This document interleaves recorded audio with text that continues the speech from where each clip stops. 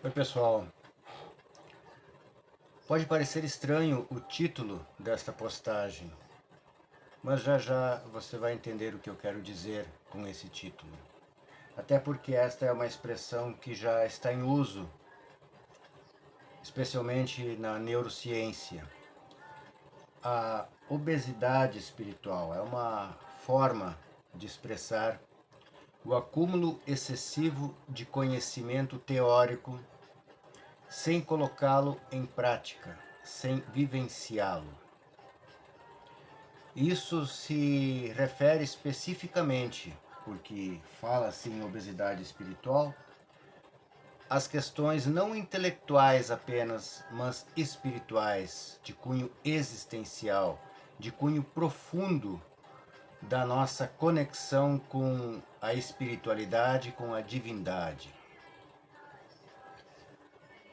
A gente se depara, por exemplo, na internet com inúmeras postagens de cunho espiritual, com N abordagens sobre N espiritualidades e formas de expressá-las, de vivê-las, de conhecê-las. Legal, tudo isso eu acho super válido, porque faz com que a gente tenha capacidade racional, crítica e objetiva de harmonizá-las ou confrontá-las em algum aspecto, mas sobretudo conhecê-las. E eu tenho muita curiosidade intelectual também sobre formas de expressão espiritual.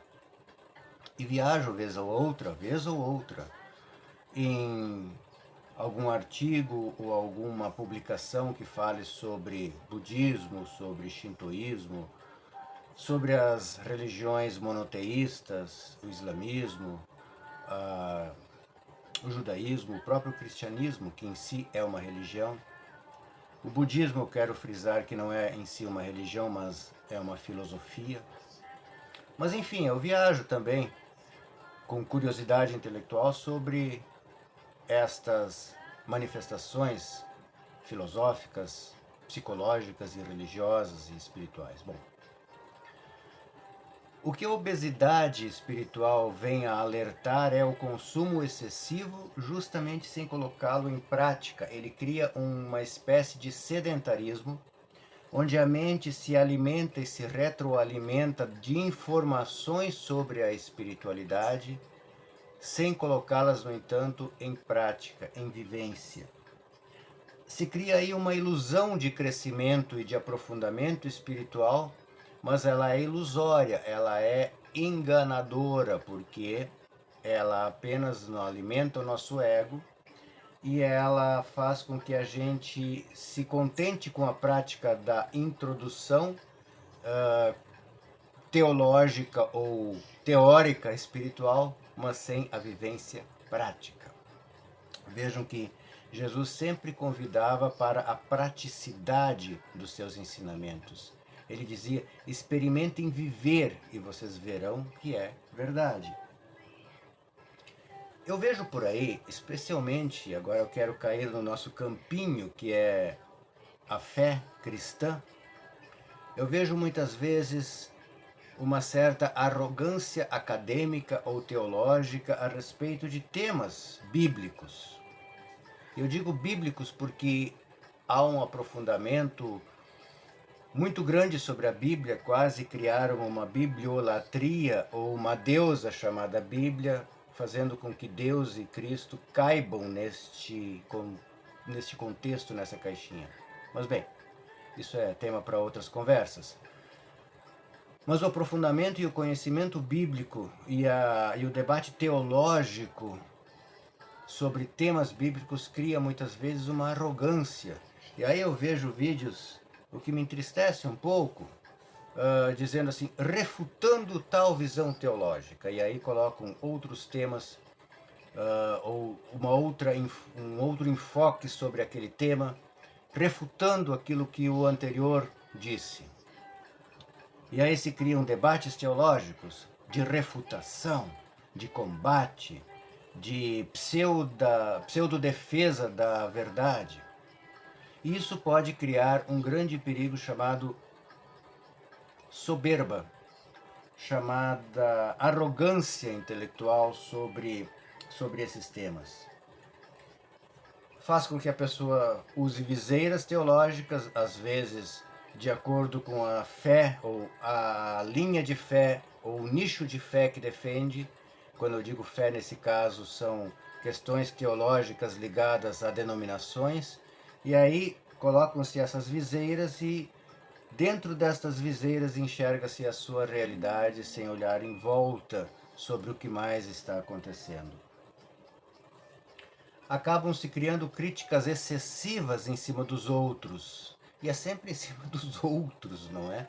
Nunca é em cima da gente. Critica-se a forma de interpretar, critica-se a forma de conduzir, critica-se a forma de esta ou aquela denominação religiosa atuarem. Bom, além de tudo, a neurociência aponta uma característica que leva a esta obesidade espiritual, que é ingerir informações, ingerir informações, ingerir informações sem fazer uso delas. É como se a gente alimentasse o corpo comendo muita coisa durante o dia e fizesse pouco exercício para queimar estas calorias ingeridas. A metáfora é mais ou menos a mesma. E a neurociência e a neurologia apontam que isso se torna um vício.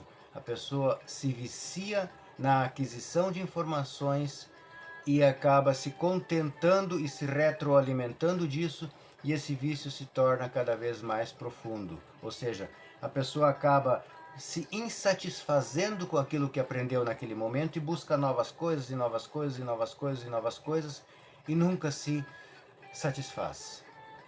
Porque não usa, não gasta essas calorias intelectuais ingeridas ou espirituais ingeridas e acaba se sobrecarregando disso e se torna obesa e imóvel, de difícil locomoção também entre as pessoas.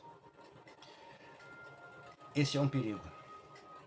Este é um perigo que Jesus falava sobre ele, dizendo que aquele que ouve as palavras suas e as pratica é um prudente que construiu a sua casa sobre a rocha, e aquele que ouve suas palavras e não as pratica é o imprudente que construiu a sua casa sobre a areia. Conhecemos essa metáfora, eu falei sobre ela há pouco tempo também.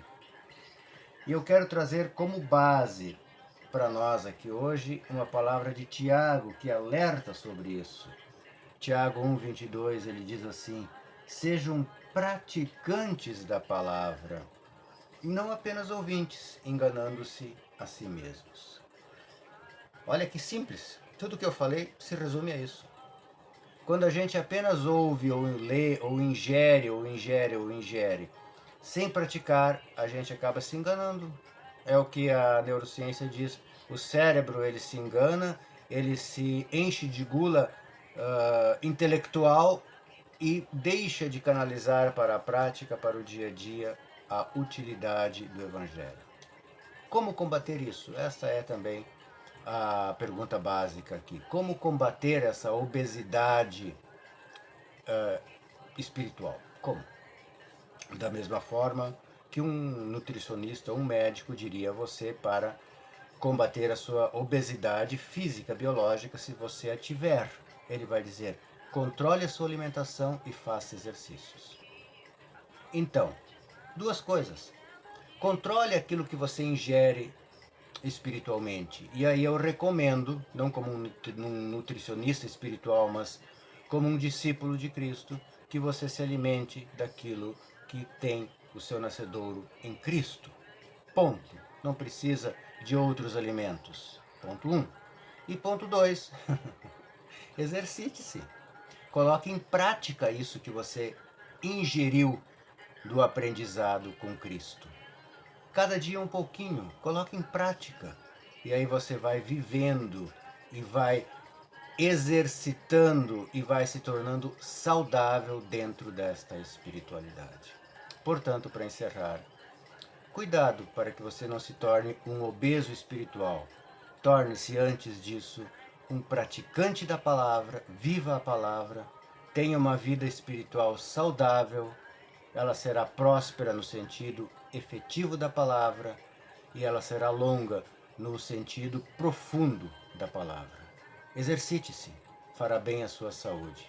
É isso que eu quero compartilhar hoje e que Deus siga sempre nos abençoando. Tchau!